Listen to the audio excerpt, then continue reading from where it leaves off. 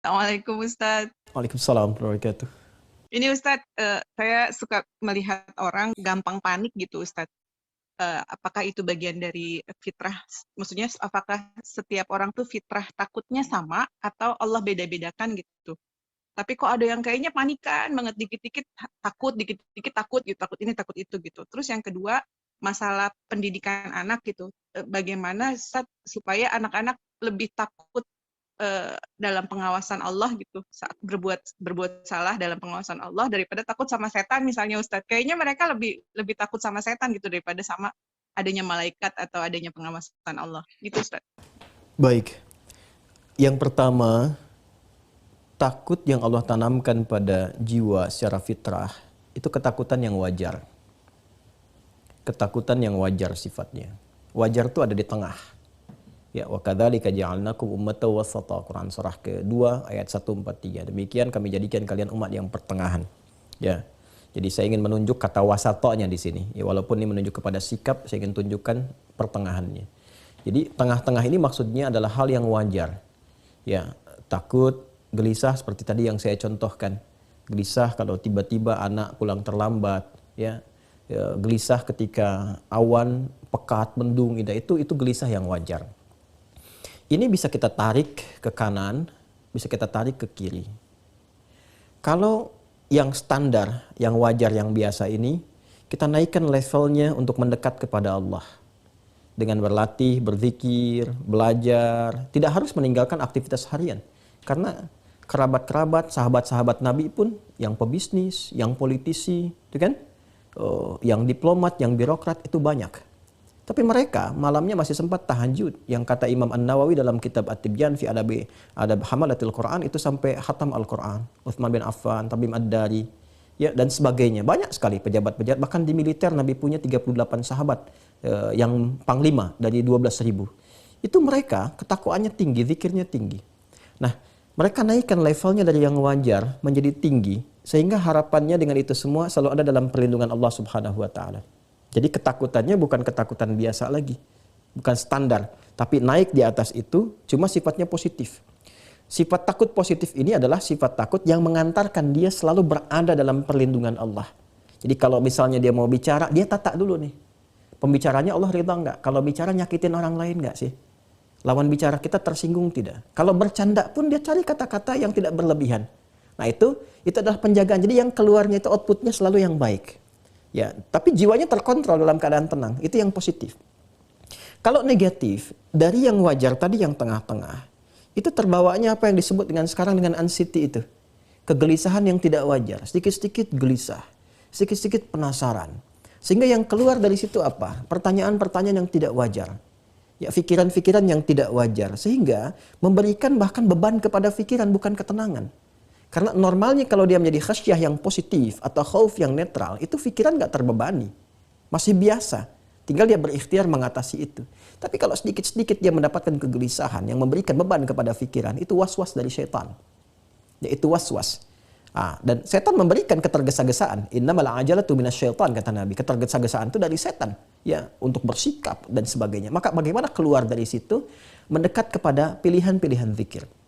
Ya, yang pertama adalah membangun kekuatan keyakinan dengan Allah. Berlindung, kata Nabi, kepada Allah dari godaan setan. Anda bisa mengatakan satu di antara doa yang Anda bacakan, Rabbi inni a'udzubika min hamazatis syayatin wa a'udzubika rabbi ayyahdurun. Jadi kalau sedang hadir kegelisahan-kegelisahan, apa yang orang kenal dengan anxiety misalnya, ya, kegelisahan yang tidak wajar, yang tadi saya sampaikan ke aspek ke sebelah kiri, maka segera permohon kepada Allah berlindung. Ya Allah, aku berlindung kepadamu dari kehadiran setan yang memberikan was-was dan kegelisahan yang tak wajar. Ya kan? Atau Anda bisa katakan a'udzubillahi minasyaitonir rajim. Itu yang pertama.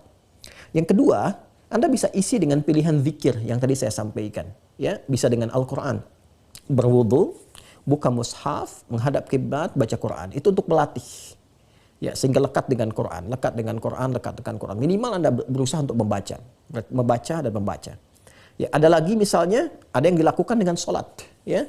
Ambil wudu, sholat 2 rakaat, ya, sholatnya sholat wudu misalnya bisa setelah wudu sholat atau sesuai dengan waktunya, ya, atau hal tertentu yang Anda bisa inginkan, boleh. Ya, Anda kemudian sholat di situ minta ketenangan kepada Allah, boleh. Ya. Ada lagi misalnya Anda cukup mengatakan zikir-zikir yang agung, La ilaha illa anta subhanaka inni kuntu minadh dhalimin, ya. Atau saya ajarkan doa ini untuk menenangkan hati. Ini doanya tersambung secara maghfurat, ya. Allahumma ati nafsi taqwaha wa zakkiha anta khairu man zakkaha anta waliyuha wa maulaha. Ini doa yang sering saya biasakan baca, minta ketenangan, ya, ketentraman, ya. Saya ulangi ya. Allahumma ati nafsi taqwaha.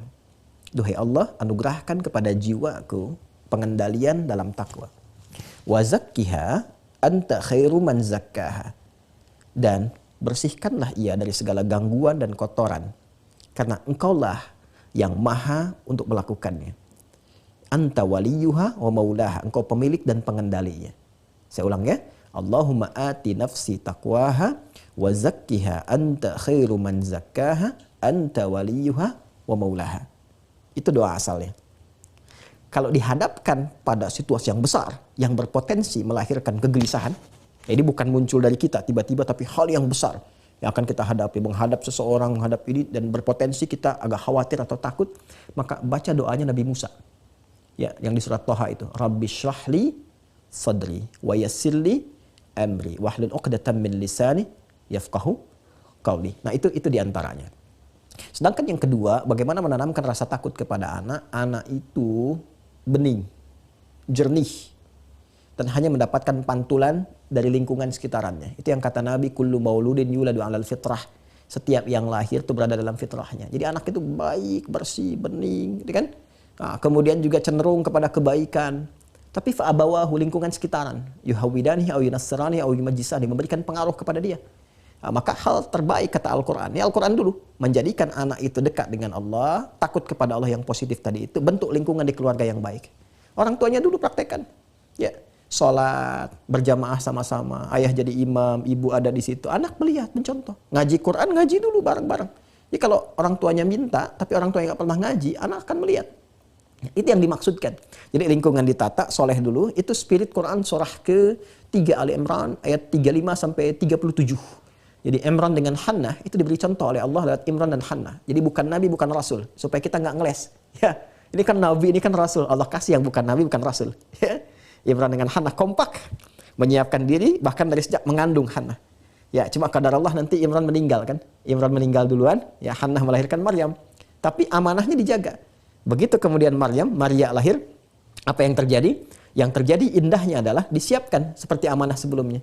Dipilih guru yang baik Nabi Zakaria, ditempatkan di tempat yang baik mihrab, kemudian dirawat di sekitarnya dengan cara yang terbaik. Apa yang terjadi? Jawabannya fataqabbalaha rabbuha biqabulin hasanin wa ambataha nabatan hasana. Selanjutnya, ketika orang tua benar-benar berikhtiar seperti tadi yang disampaikan, harta berikan yang halal, doa minta kepada Allah, ayat 36-nya berdoa, doa minta kepada Allah Subhanahu wa taala, berikan harta yang halal, bangun lingkungan yang kondusif, cari guru yang baik. Biarkan selanjutnya kata Allah, saya yang menjaga anak itu berada dalam penjagaan yang terbaik. Itu spiritnya.